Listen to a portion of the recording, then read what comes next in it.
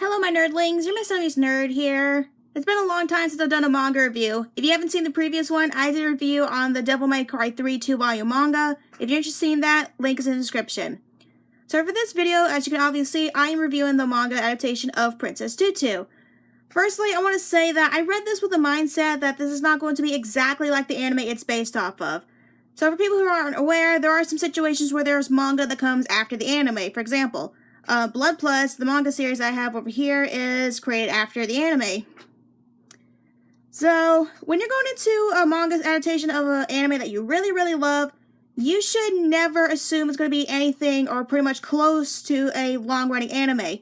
For example, the Blood Plus manga is a 5-volume adaptation where the original anime is 50 episodes. So, of course, things are going to be taken out and things are going to be changed to better fit a shorter story.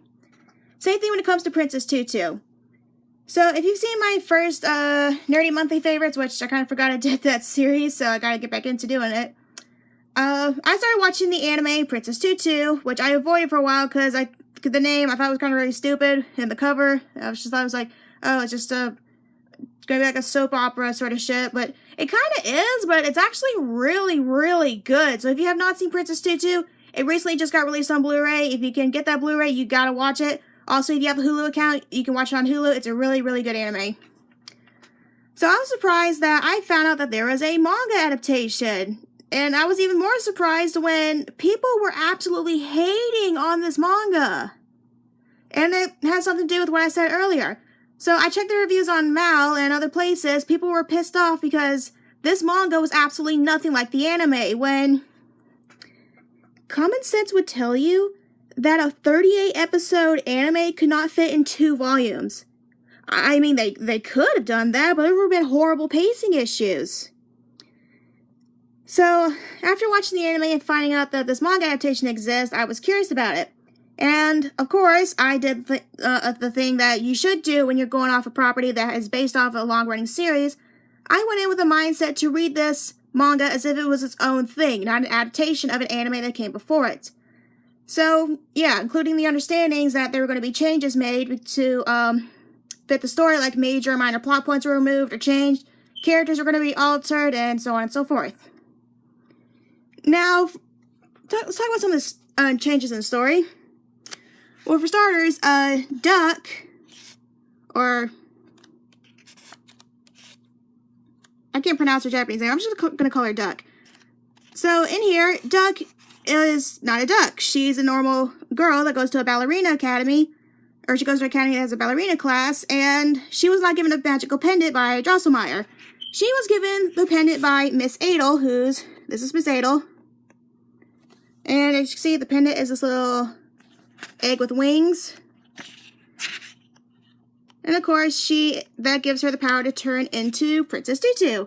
So, it's pretty much the same thing. Duck is given a magical pendant to turn her into the sacred ballerina Princess Tutu, and her duty is to return the missing heart shards to the emotionless prince, aka Muto.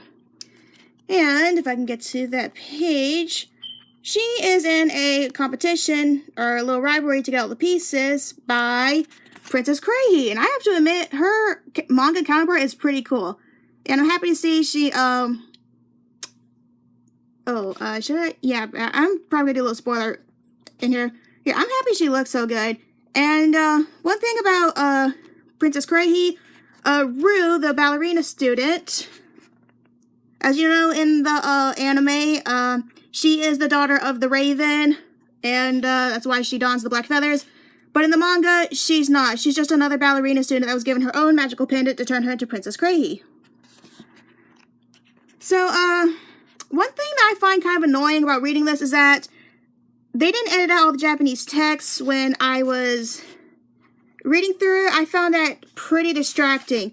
I mean, I guess you could argue that, oh, they did that so they wouldn't take away from the drawing. But if you look at some of the Sailor Moon manga pages, they had speech bubbles that were clear so you could see the text and the drawing. So I don't know why they couldn't have edit these out. I guess they could have just, guess they did that to, I don't know. I mean, couldn't they just edit the drawing back in if they took it out? So yeah, the story's pretty much the same thing, except with the changes. Fakir is trying to keep the heart shards away from Muto and sees Princess Tutu as an enemy. There's more than bubbles. So, on its own, the Princess Tutu manga is actually pretty good. It tells the same story as the anime, but shorter and differently. In comparison, I do like the more dramatic and convoluted story of the anime, but the manga is actually pretty good for anyone who wants to get into Princess Tutu, but they don't want to sit through a almost 40 episode anime. Alrighty. So yeah, the manga is a more simple story about a human girl with a secret identity, Princess Tutu, and like I said earlier, her duty is to return the missing heart shards to an emotionless prince, aka Muto. While a rivalry with another magical ballerina, Princess Krahi, tries to stop her out of fear that she will lose the prince if his heart is restored. There's admittedly more to it, but I think I spoiled enough. There are some scenes from the panels in the manga, but with some minor changes. Like Duck waking up in the morning, she's late, she shows up to class early. Let's go ahead and show that. Yeah, so like when Duck wakes up early, she thinks she's running late, and when she actually gets there, she's actually early, and she stumbles onto Muto, who's dancing alone. One change is great. Mr. Cat or Neko Sensei. He's not the instructor for this manga. He comes in later. If I could find that. I guess it's in volume 2 or later. But yeah, Mr. Cat isn't the instructor for the first section of the manga. He comes in later. Duck has like a human female teacher who does punish her like Mr. Cat does. Like every time she's late or she screws up in practice, she gets put on cleaning duty. The story isn't perfect, but one thing I want to point out is that they're the equivalent of jump cuts, especially in the second volume, which created some pacing issues for a couple chapters. Like, for example, if, trying